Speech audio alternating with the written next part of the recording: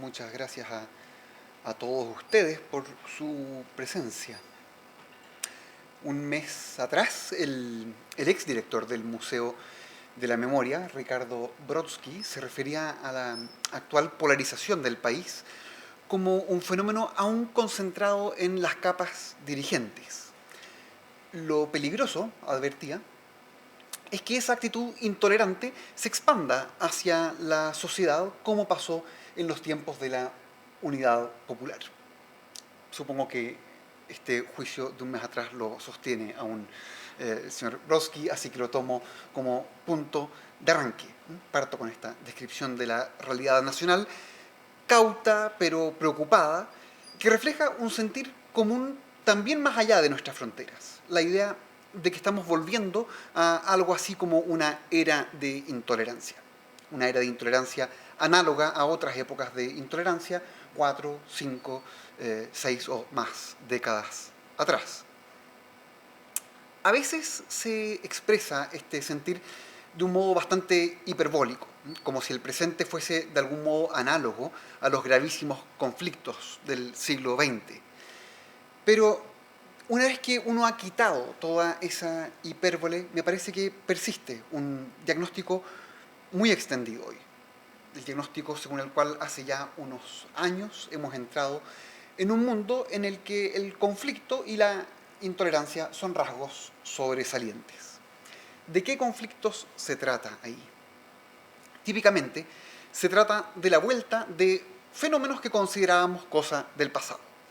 Así ocurre con la mencionada polarización política, un problema que además está lejos de ser exclusivamente chileno.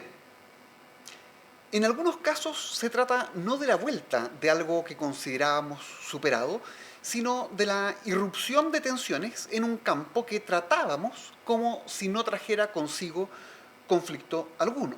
Así nos ocurre, por ejemplo, con la inmigración.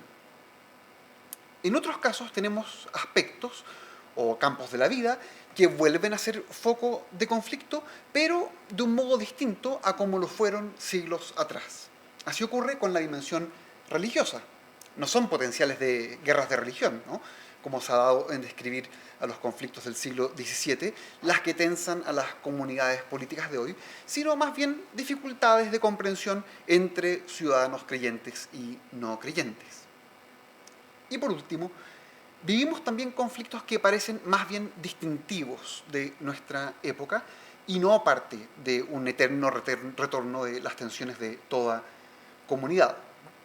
Aquí cabe nombrar ante todo las políticas identitarias o el singular hecho de que las universidades, lugares cuya vocación es la comprensión, hoy con frecuencia se revelen como espacios de lo que se ha dado en llamar cultura de la cancelación.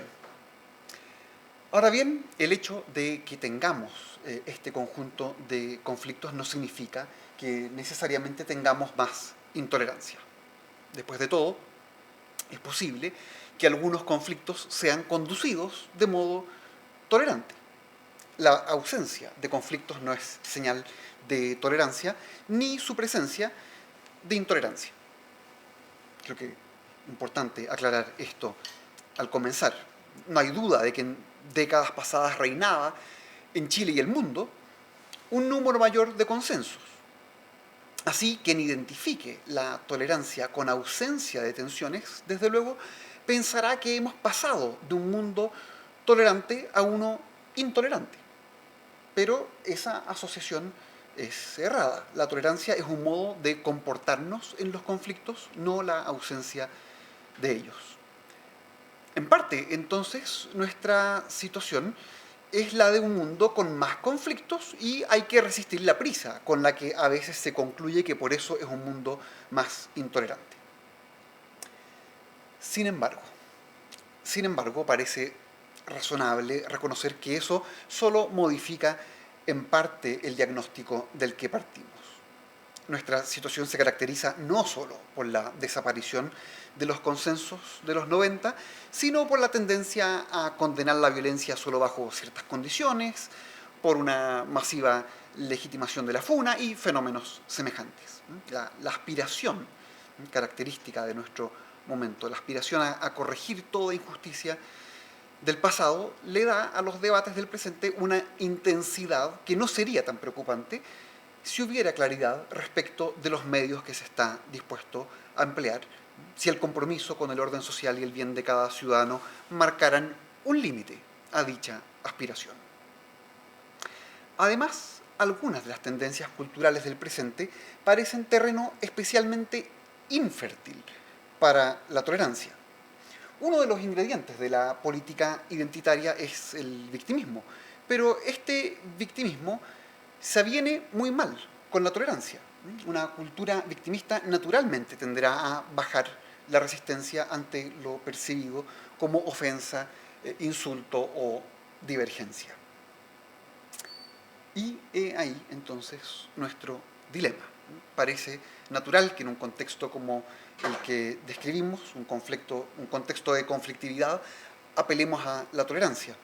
Pero parece también evidente que el discurso sobre la tolerancia que había predominado durante décadas recientes tiene síntomas de muy profundo agotamiento. Las exhortaciones a la tolerancia aparecen de modo rutinario, pero no logran movernos o convencernos mucho. ¿Qué es lo agotado ahí? Al menos dos discursos sobre la tolerancia, me parece. En primer lugar, se ha agotado un discurso que no era capaz de hacer espacio al conflicto, un discurso que apelaba a la tolerancia cuando en realidad lo que quería era tranquilidad.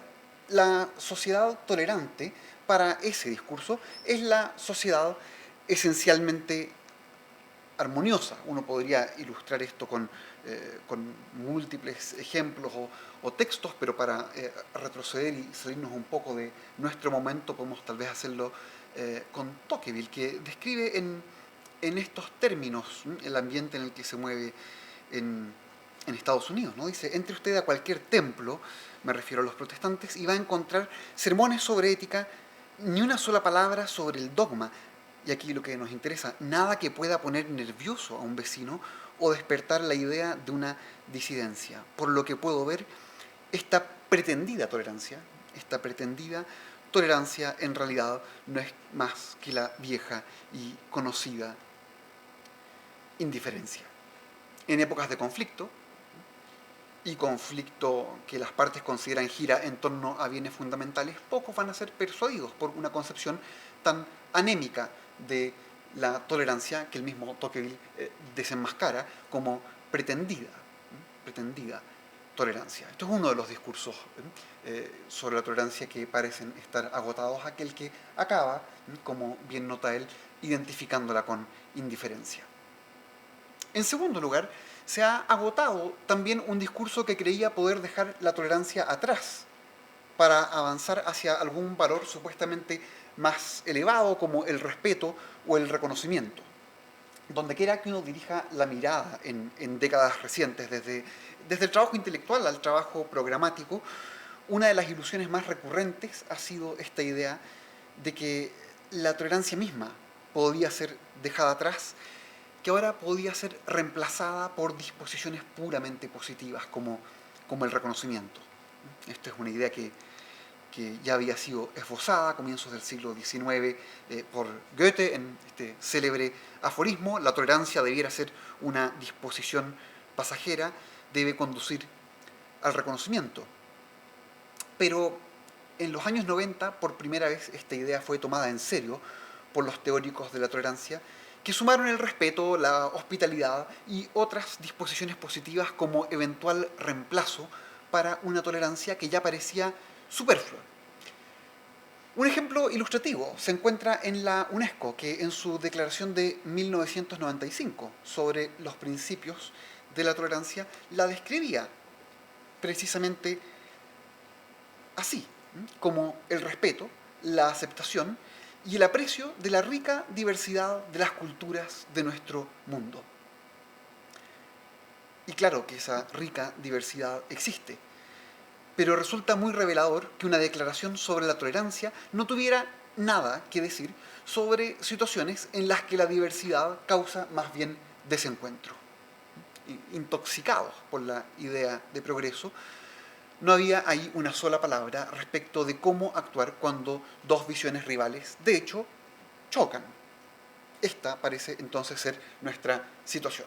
Diversos conflictos nos amenazan con una nueva intolerancia, pero la manera en que veníamos hablando sobre la tolerancia no tiene mucho que ofrecernos a modo de ayuda en esa encrucijada.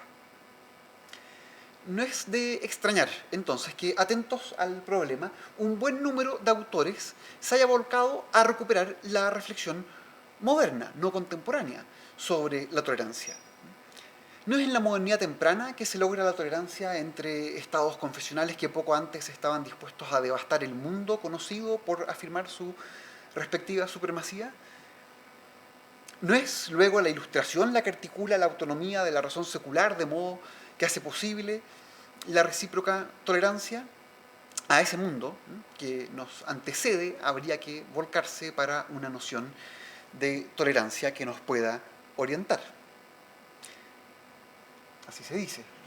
En esta exposición yo quiero, en primer lugar, someter a crítica esa esperanza y mostrar que los dos frentes que he nombrado, una tolerancia trastocada en indiferencia y una que pretende moverse hacia la acrítica aceptación, que estos dos modos de hablar de la tolerancia están profundamente arraigados también en ese periodo al que se nos suele remitir como correctivo. Se trata, tengo que subrayar, de dar una mirada aquí a la historia de la reflexión sobre la tolerancia y no a la historia de su realización, dos niveles que no siempre coinciden, pero ahí en el nivel de la reflexión me parece que esto es lo que ocurre, que tendemos a volver a toparnos con este problema para el cual estamos buscando un correctivo. Pero en un segundo paso, espero, mostrar que sin embargo en la historia del concepto sí hay momentos sobre los que tiene sentido volver, que además del interés histórico que puede tener la larga historia de la tolerancia, hay momentos de su historia moderna y premoderna que pueden ofrecer orientación. Esto supone, con todo, estar dispuestos a contar su historia, la historia de este concepto, de un modo algo alejado del convencional.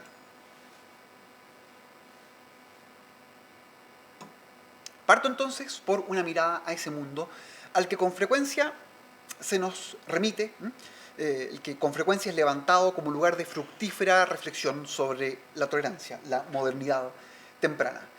Y ahí el texto cardinal, desde luego, es la carta sobre la tolerancia de John Locke. Se trata, fuera de toda duda, del texto más influyente en la historia de la reflexión sobre este concepto, en parte también por su natural vínculo con los dos tratados sobre el gobierno civil, publicados por Locke el mismo año 1689.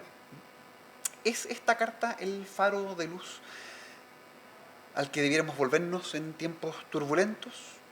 Aquí aparece, de hecho, no solo un conjunto de razones sustantivas para la tolerancia, que en su momento estaban lejos de gozar de aceptación generalizada, aparecen también múltiples consejos prudenciales para promoverla, y todo esto atravesado por una retórica cargada de una indignación moral ante la intolerancia que parece muy pertinente.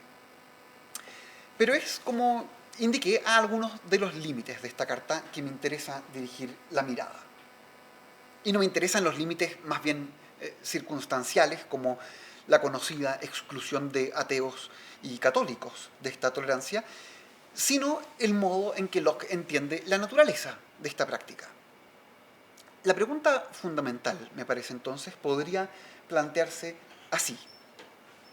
Si la tolerancia siempre tiene un elemento de objeción, toleramos lo que objetamos, no lo que nos agrada. Si la tolerancia siempre tiene este elemento de objeción, ¿se encuentra ese ingrediente suficientemente preservado en esta obra de Locke? Esta pregunta no admite, me parece, una respuesta muy fácil o taxativa. Hay momentos, la verdad, es en que este ingrediente de objeción aparece. Cuando Locke dice, por ejemplo, que la tolerancia de aquellos que disienten de otros en materia de religión se aviene tanto al Evangelio como a la razón, nos describe no un caso de indiferencia, sino uno de disensión, de desencuentro. Ahí el ingrediente de objeción está preservado. Pero la aproximación de Locke a la tolerancia deja este ingrediente en el trasfondo, lo suaviza.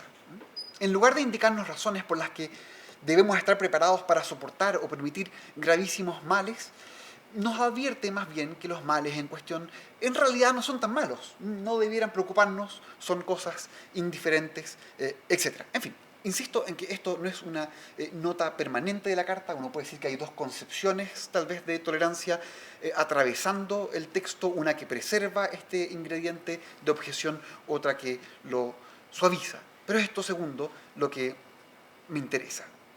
Esta marginación del ingrediente de objeción es particularmente evidente si notamos la insistencia con que Locke liga su promoción de la tolerancia a una concepción minimalista del cristianismo, que por cierto hemos visto reflejada también en la carta de Tocqueville que cité.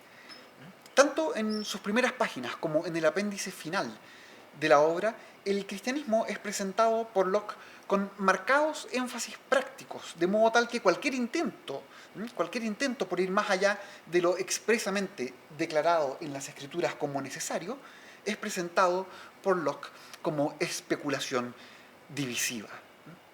Y lo que me interesa aquí de esa orientación es muy sencillo, ¿no? Que una fe concebida en tales términos minimalistas no será ocasión de conflicto.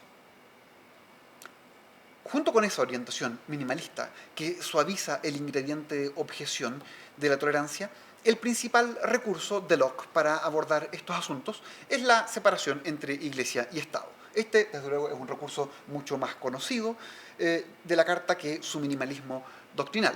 Estamos aquí ante lo que podemos llamar una aproximación jurisdiccional a los problemas humanos y al problema de la tolerancia en particular. No es solo que Iglesia y Estado estén separados, cosa que desde luego no es ninguna novedad lockeana, sino de que las preocupaciones de uno y otro, de Iglesia y Estado, no se topen de modo alguno.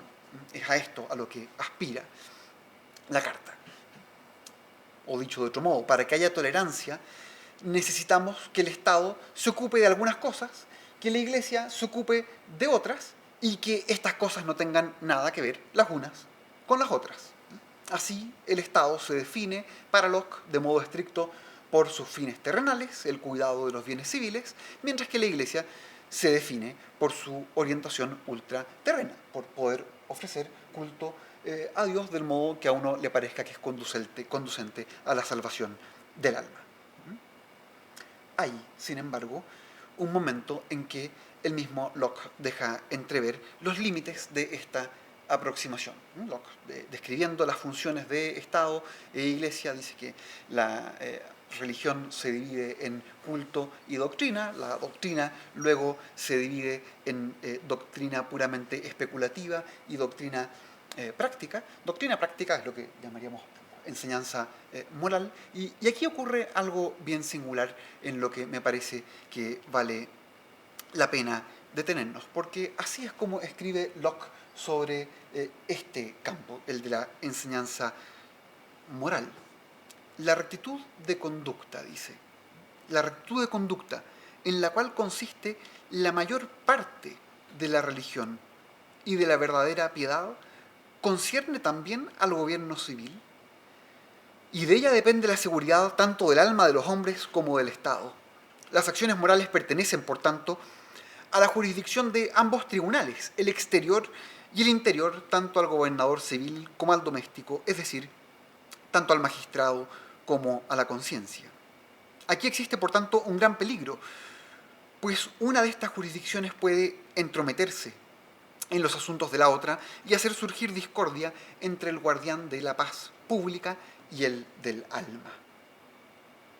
Se trata de un pasaje, me parece a mí, verdaderamente fascinante, por la manera en que una grieta se abre aquí para la aproximación jurisdiccional y por la habilidad con que Locke procura cerrar o tapar esta grieta.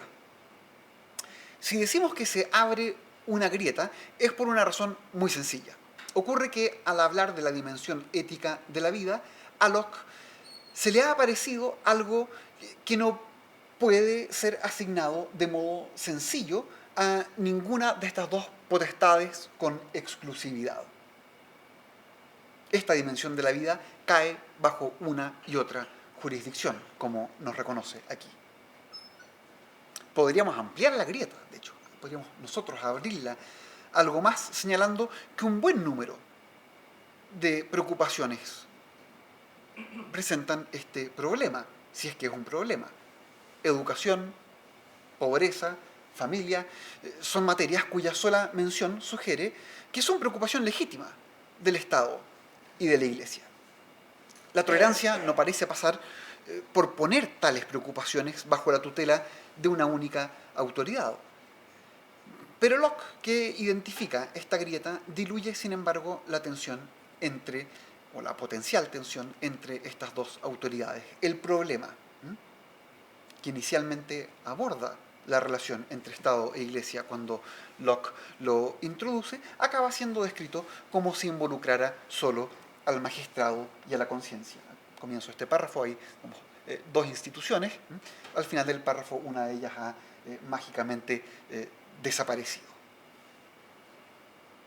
Al hacer un balance de esta posición, bien cabe decir que Locke está involucrado en una filosofía o una teología, si se quiere, de la evasión de conflictos. Es a eso que aspiran tanto el minimalismo doctrinal como el intento de limpia separación entre jurisdicciones. Y hay, sobra decirlo tal vez, un legítimo lugar para la evasión y sobre todo para la solución de conflictos en este mundo. Pero si el discurso sobre la tolerancia se vuelve un vehículo para evitar conflictos o disolver los existentes, no va a poder ser a la vez una preparación para enfrentar algo que efectivamente reprobemos o una situación de efectivo conflicto.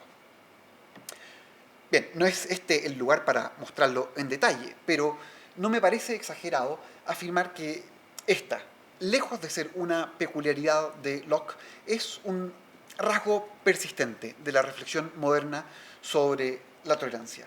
Baste para ello un botón de muestra del siglo siguiente.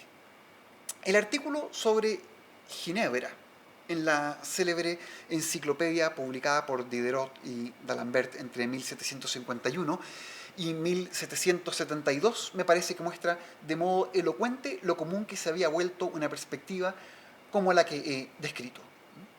El artículo está concebido de modo tal que Ginebra es presentada como modelo de tolerancia que también territorios católicos harían bien en emular. ¿Qué caracteriza a dicha ciudad y en particular a su vida religiosa? La nota distintiva, según el artículo de la enciclopedia, es que los sermones de su clero se ocupan exclusivamente de la moralidad y son tanto mejores por ello, que los ministros viven en gran concordia, pues no se les ve, como en otros países, disputando amargamente respecto de asuntos incomprensibles. Ya vemos la naturaleza del elogio. No se trata de que estos pastores exhiban una moralidad ejemplar, sino que es ejemplar su preferencia por la moralidad en lugar del conflicto respecto de la comprensión del cristianismo. Al mismo tiempo, estos pastores son descritos como adherentes de un revisionismo bastante más radical que el de Locke. Según el artículo, varios de los pastores ya no creen en la divinidad de Jesucristo, rechazan todo lo que se hace pasar por misterio y el respeto por Jesucristo y por las Escrituras es tal vez lo único que distingue el cristianismo de Ginebra del puro deísmo. Y habiendo culminado la descripción de las creencias de los ministros ginebrinos, el artículo procede de inmediato a informar que un clero con tales opiniones necesariamente será tolerante. Es esto, desde luego, esta conclusión, lo que nos interesa aquí. Pues aquí se ha consumado, de un modo bastante más radical que en Locke, la siguiente transformación. La tolerancia ya no es aquí un modo de comportarse ante las creencias ajenas, sino un modo de configurar o revisar las propias. O dicho de otro modo, solo podrá contar como tolerante quien ha sometido a radical revisionismo sus creencias tradicionales. Ni aquí ni en otros textos que me sean conocidos esto se formula de modo explícito, ¿no? Como un precepto. Pero por lo mismo parece tan importante notar el modo en que implícitamente se integra en el relato. Dado lo común que se ha vuelto esta manera de ver el asunto, puede no sorprendernos en absoluto, pero debiéramos notar los complejos y probablemente innecesarios dilemas en que nos introduce esta mirada. ¿No se vende así la tolerancia a un precio demasiado alto? Podría uno preguntarse. Si sugerimos que las personas deben optar entre la tolerancia y sus creencias más preciadas, ¿es evidente que optarán por la tolerancia? Y ante todo, ¿no es acaso cierto que es el trato respecto de las creencias y acciones ajenas lo que se encuentra en el centro de la tolerancia y que ese trato es compatible con formas muy distintas de relacionarse con las propias creencias? Me parece a mí que la importancia actual de estas preguntas me parece es muy clara. Pero cuando se publicaba la enciclopedia ya estaba presente también otra idea. Una idea que, según vimos en la introducción, penetra también las discusiones sobre la tolerancia hoy. Y esta es la idea de progreso. Voltaire, al comienzo de su tratado sobre la tolerancia, 1763, se extrañaba de que el hugonote Jean Calas hubiera sido ajusticiado por sus persecutores, cito, en nuestros días, en un tiempo en que la filosofía ha progresado tanto. ¿Por qué uno deba sorprenderse de eso? No lo sé, ¿no? ¿Está la idea de progreso, y en este caso en particular la idea del progreso de la filosofía, en una relación tan sencilla con la tolerancia? Desde el siglo XVIII en adelante se ha asumido con frecuencia un vínculo de ese tipo. La tolerancia sería justamente una de las manifestaciones de este progreso de la humanidad. En una de las versiones más populares de este argumento, el eslabón entre progreso y tolerancia sería la secularización. En la medida en que una sociedad se modernizara, se acabaría secularizando, y en la medida en que se secularizara, sería más tolerante. Nosotros conocemos esta visión, sobre todo por los teóricos de la secularización en el siglo XX, pero en el siglo XVIII ya está muy claramente esbozada. Así, por ejemplo, en el bosquejo de un cuadro histórico de los progresos del espíritu humano, escrito por Condorcet en 1793, donde se establece un estrecho vínculo entre libertad individual, ciencia secular y tolerancia. La época de las cruzadas es primero descrita ahí como un tiempo en que el único destello de genio se encuentra en las disputas teológicas y engaño supersticioso, y ahí en la intolerancia, la única moralidad de la época. En el siglo XVII, según este retrato, sobreviviría aún la intolerancia, pero solo como tributo a la superstición popular. Y finalmente, la difusión general de ideas filosóficas sobre la justicia y la equidad anunciarían un presente y un futuro de tolerancia. Cabe notar que este molde admite también otros contenidos, más allá de la discusión sobre tolerancia y secularización.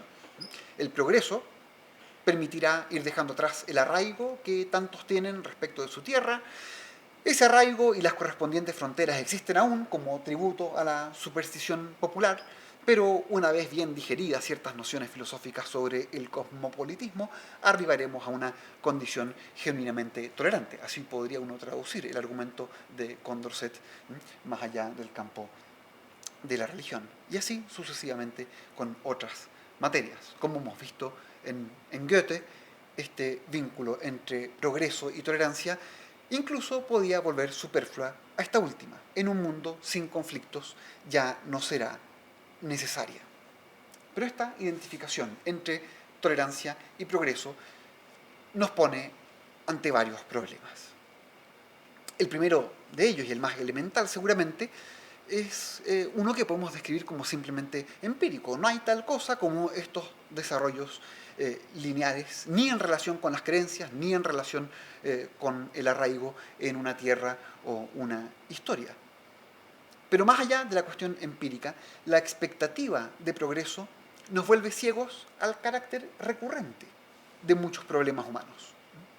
En palabras de John Gray, la ética y la política de lo que tratan es justamente de problemas recurrentes, o dilemas recurrentes, en lugar de campos de lineal progreso.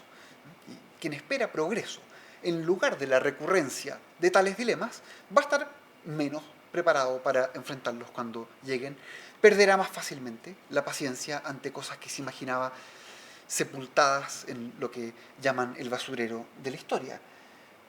Así cabe explicarse, tal vez, la consternación que se produce cuando algunas naciones se desligan del proceso de integración europea. Esas decisiones no son tratadas como políticas incorrectas, sino como verdaderas aberraciones morales, ante las que se responde con ira o desesperación. Bajo la ilusión del progreso, incluso la reaparición de la intolerancia es algo que costará reconocer cuando tenga lugar, o, fenómeno también muy común, se interpretará la intolerancia presente como si fuera recaída en una etapa equivocada de la historia. Afganistán, entonces, estaría volviendo a la Edad Media, no viviendo un episodio más de sus sucesivas secularizaciones y dessecularizaciones revolucionarias que han agitado al país en su historia moderna. Como se puede ver, todo esto tiene el riesgo de conspirar no solo contra la práctica de la tolerancia, sino también contra el diagnóstico del presente. Vuelvo sobre una advertencia hecha en la introducción. Nada de lo dicho hasta aquí minimiza los genuinos progresos en la práctica de la tolerancia estatal y en la tolerancia recíproca entre ciudadanos que se encuentra en la historia moderna. La cuestión, más bien, es si acaso la historia de la reflexión moderna sobre la tolerancia nos brindará suficiente ayuda para proteger estas conquistas una vez que reconocemos que están bajo asedio. Pero ¿dónde mirar entonces si la historia del concepto de tolerancias ha de darnos alguna luz respecto del presente?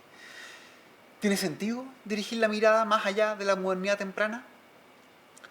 Para que nuestra mirada se vuelque con algo de esperanza hacia un pasado más remoto, hay que partir por reconocer que la tolerancia es un desafío permanente de las sociedades humanas y no una posibilidad a la que el ser humano se haya abierto en el siglo XVII.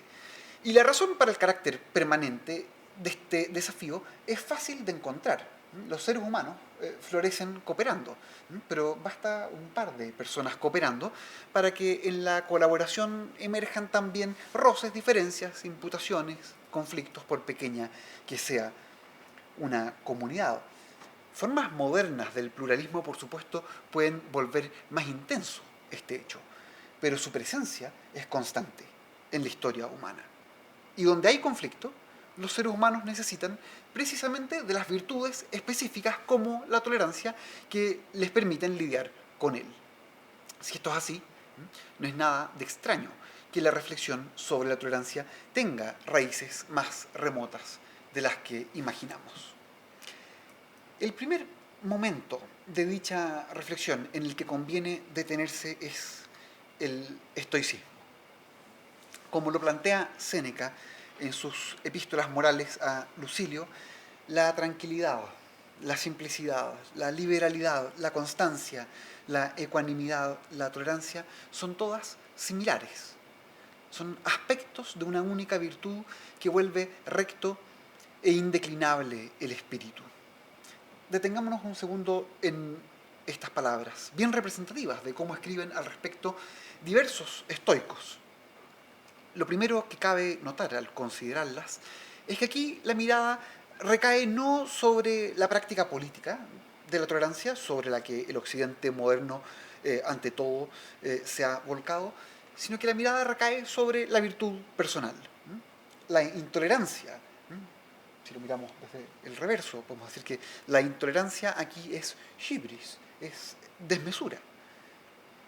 Y la tolerancia es no solo una virtud, sino una virtud que en cuanto tal necesariamente estará condicionada por la presencia de un entramado mayor de virtudes.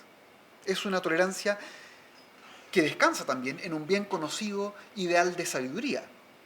La idea de un sabio que no se ve conmovido por las turbulencias a su alrededor, que permanece estable en medio de la tormenta.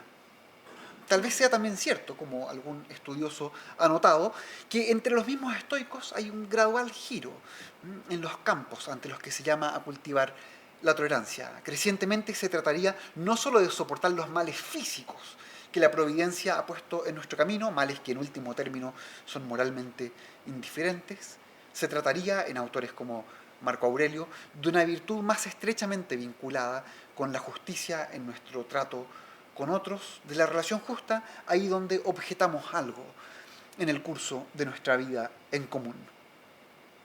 La tolerancia, así concebida, no descansa ante todo en apertura, como diríamos hoy, sino en la justicia y el control de nuestras emociones. Descansa en conmoverse por la injusticia y al mismo tiempo controlar la pasión disruptiva de la ira. Descansa no en la suspensión del juicio, sino en estar entrenados en el tipo de juicio diferenciado que la complejidad de la vida exige. Podría tal vez dejar esta exposición hasta aquí, en una simple afirmación del valor permanente de esta visión estoica.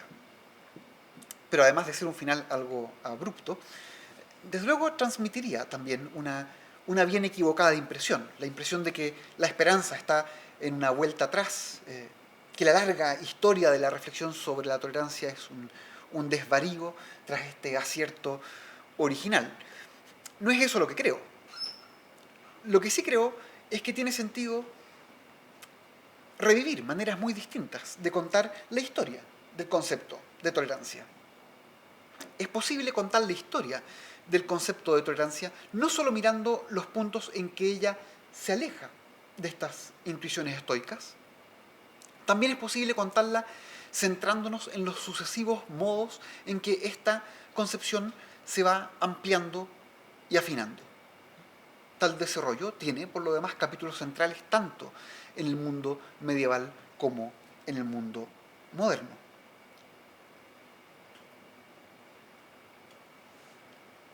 El hecho de que existió tal continuidad, tal historia continua de esta concepción es fácil de constatar ya si pasamos a la primera recepción de los estoicos entre pensadores cristianos. La identidad entre tolerancia y paciencia no podía sino llamar la atención de un mundo patrístico que no dedicó a ninguna virtud tantos escritos como a la paciencia. Hay 3 libros patrísticos sobre la paciencia, no hay una virtud singularmente considerada que reciba una atención semejante. En Agustín de Hipona encontramos una elocuente ilustración de cómo esa identidad entre paciencia y tolerancia era afirmada a comienzos del siglo V. Sea que nombremos la paciencia, dice, el soportar o la tolerancia, con estos distintos términos se designa una misma cosa. La paciencia no parece ser necesaria en las situaciones de prosperidad, sino en las de adversidad. Nadie tolera pacientemente algo que deleita, sino que cualquier cosa que toleramos, cualquier cosa que llevamos pacientemente es dura y amarga, y por ello no es necesaria la paciencia en la felicidad, sino en la infelicidad. Un tipo de identificación entre estas virtudes que veíamos en Séneca, ya ven que está muy nítidamente recogida aquí. Pero además de haber aquí continuidad con la comprensión estoica, comienzan a aparecer algunas significativas precisiones. Por lo pronto, si lo que se tolera es siempre algún tipo de mal o algo percibido como malo, en Agustín encontramos una reflexión sobre la naturaleza del mal que excede con creces todas las aproximaciones a este problema en la historia previa de la filosofía. El punto es importante, pues con frecuencia creemos que un clima de mayor tolerancia pasa por no dividir al mundo, como suele decirse, entre buenos y malos, ¿no? Agustín podría, grosso modo, coincidir con esta afirmación, ¿no? Coincidiría con la formulación de Solzhenitsyn, según la cual esta línea pasa por el corazón de cada uno de los hombres, seguramente. Pero la preocupación de Agustín se encuentra más bien centrada en que no atribuyamos al mal carácter sustantivo. Es precisamente porque identificamos en el mundo bienes y males que la pregunta por la tolerancia aparece. Si no lo identificáramos, no habría siquiera pregunta por la necesidad de la tolerancia. Pero al mismo tiempo, es precisamente porque hay algún bien que subyace a los males y porque el mal en sí mismo no es sustantivo, que la tolerancia es concebible. Es que aparecen razones para tolerar. Por otra parte, en la obra de Agustín ha entrado en la reflexión política un hecho ausente de la filosofía política precedente: la idea de que las comunidades políticas están divididas entre dos amores o dos ciudades, como las llama él, entre orientaciones vitales radicalmente divergentes, podríamos decir nosotros. La división de la polis, por múltiples otros motivos, ya es conocida por Platón y Aristóteles, pero aquí hace su entrada la tensión entre lo que hoy llamaríamos distintas visiones comprensivas. La tolerancia deja de ser así una virtud eminentemente personal o exclusivamente personal, y podemos decir que en la reflexión de Agustín se vuelve una cuestión social. Pero es bastante más tarde que encontramos a la tolerancia tematizada no como una virtud social, sino como una práctica política y como objeto de reflexión en cuanto tal. El asunto puede seguirse con facilidad si advertimos los sinónimos de la tolerancia a lo largo de los siglos. Ya hemos visto el uso sinónimo que hay entre tolerancia y paciencia cuando es de la virtud personal que se habla. Pues bien, del siglo XII al XVII es igualmente constante la presencia del término permiso como sinónimo de la tolerancia como práctica política. Ahí se hace presente una vez más el componente de objeción de la tolerancia. Pero más claramente que en la paciencia también se hace visible su componente de poder. Solo decimos que tolera el que podría no tolerar. En algún sentido, desde luego, todos estamos a veces en esa posición. Nos comportamos de modo tolerante cuando permitimos, cuando dejamos ser, expresiones que solo tienen sentido ante males que podríamos quitar de en medio, ante los cuales podríamos intervenir, males que podríamos impedir. Pero el caso prototípico de tolerancia es por lo mismo aquel en el que se concentra mayor poder. El gobernante, en segundo lugar, en realidad, en primer lugar, Dios, ahí se concentra, desde luego, el mayor poder, y luego en los gobernantes en imitación de él. Así lo describe al menos Tomás de Aquino. Siendo Dios omnipotente y sumamente bueno, permite, sin embargo, que sucedan males en el universo, pudiéndolos impedir. No suceda que suprimiendo esos males queden impedidos bienes mayores o incluso se sigan peores males. Así pues, en el gobierno humano, quienes gobiernan toleran también razonablemente algunos males para no impedir otros bienes o incluso para evitar peores males. Aquí tenemos tanto razones para la tolerancia como esta equivalencia entre permiso y tolerancia. De ahí no se sigue, por cierto, que el trabajo del gobernante respecto de la tolerancia se agote en el mero permiso. Como indican algunos juristas de la época, puede distinguirse entre un simple permiso y un permiso que remueve obstáculos. Un gobernante debe no solo permitir algunas cosas que objeta, sino también quitar los obstáculos que terceros ponen en el camino de lo objetado. Discusiones como estas muestran de modo claro, me parece, que la historia de la concepción clásica de la tolerancia es una historia con efectivo desarrollo. Un desarrollo que preserva los elementos originales que notamos de la mano de Séneca, pero en los que puede tematizarse también la tolerancia como práctica política al margen de las características propias de la virtud de la tolerancia. Y como señalaba, esta historia no se limita de modo alguno al mundo antiguo o al medieval, y bien puede decirse que esta concepción de la tolerancia continúa adecuándose de modo permanente a nuevas condiciones.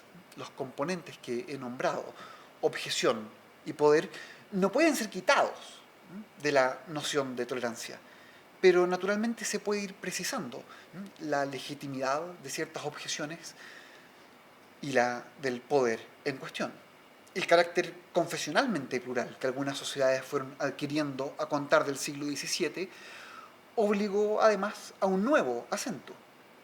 Bien puede decirse que hasta aquí la concepción clásica de la tolerancia aplicada a la vida política había ante todo sido un modo de lidiar con la disidencia que hay dentro de una visión de mundo, o con quienes no viven como la visión reinante procura.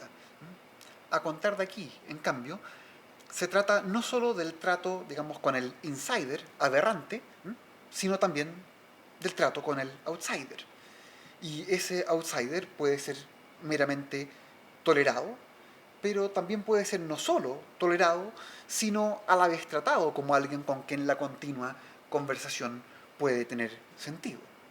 Pero lo crucial aquí es que ese giro podía perfectamente darse manteniendo los rasgos estructurales de la tolerancia como la hemos delineado hasta aquí. Roger Williams, el fundador de la colonia de Rhode Island, ha sido destacado por Teresa Bellan como un despierto representante de esta visión.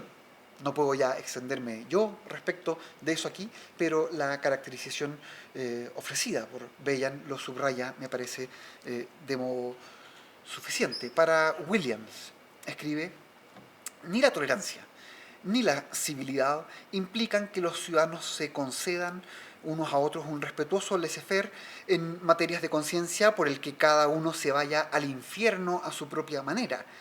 Tal como la tolerancia medieval, su tolerancia tenía el carácter inequívocamente negativo de un permiso que no constituye aprobación. Sin embargo, su énfasis en la continua conversación entre los tolerados suponía también una ética de la inclusión y la participación que así iba más allá del mero padecer al otro. Se objeta a veces que la tolerancia implica un distante mero aguantar, manteniendo al otro a distancia. Pero como bien lo sugiere esta caracterización, ella también puede ser caracterizada por la voluntad de mantener la comunidad con el otro en medio de nuestras objeciones recíprocas. Ya finalizo. Los pasos que hemos seguido sugieren, me parece, que la historia de los conceptos, aunque orientadora, no lo es de un modo sencillo. Esto vale, por supuesto, también para muchas otras materias, pero no está de modo notar cuán fuertemente hay que afirmar esto respecto de la historia de la tolerancia. Aquí no hay, por lo pronto, un autor clave del mismo modo en que lo hay en otras materias. Locke no es para la comprensión de la tolerancia lo que es Aristóteles para la comprensión de nuestro carácter político. Para servir de orientación, la historia de la tolerancia tiene que ser contada de un modo no muy convencional. Donde hay mayor claridad sobre la naturaleza de la tolerancia, no siempre está la mejor discusión de sus límites y momentos de confusa reflexión sobre la tolerancia pueden ser a la vez momentos en que ella se establece en la práctica. Pero eso no significa que la historia no pueda ser contada como la historia de un desarrollo coherente. La concepción clásica que hemos visto en los estoicos va integrando diversos elementos a lo largo de su trayectoria patrística, medieval y temprano moderna. Se va así precisando su condición no sólo de virtud personal, sino también de práctica política. Se va así notando cómo se debe extender a distintas realidades y cómo requiere de estar integrada con más virtudes y prácticas. Me parece claro que la historia de la tolerancia contada de esta manera puede hablar de modo directo a los conflictos que enumeré al comenzar esta exposición. Y desde luego, dicha historia de desarrollo no culmina en el siglo XVII. Muchas de las aporías que queremos identificar en torno al concepto de tolerancia, como la de si acaso hay que tolerar o no a los intolerantes, han sido abordadas en su historia moderna de un modo que se enmarca en la concepción que aquí he delineado. Y si contar esa historia de modo adecuado requiere de un juicio diferenciado, en lugar de estricta adhesión a alguna escuela o algún momento o aprecio por algún momento histórico, tanto mejor. Eso nos entrena precisamente en el arte del sí y no diferenciado que siempre supone la práctica de la tolerancia, esa práctica que permite, aunque reprueba. Una historia más simple tal vez nos serviría menos. Muchas gracias.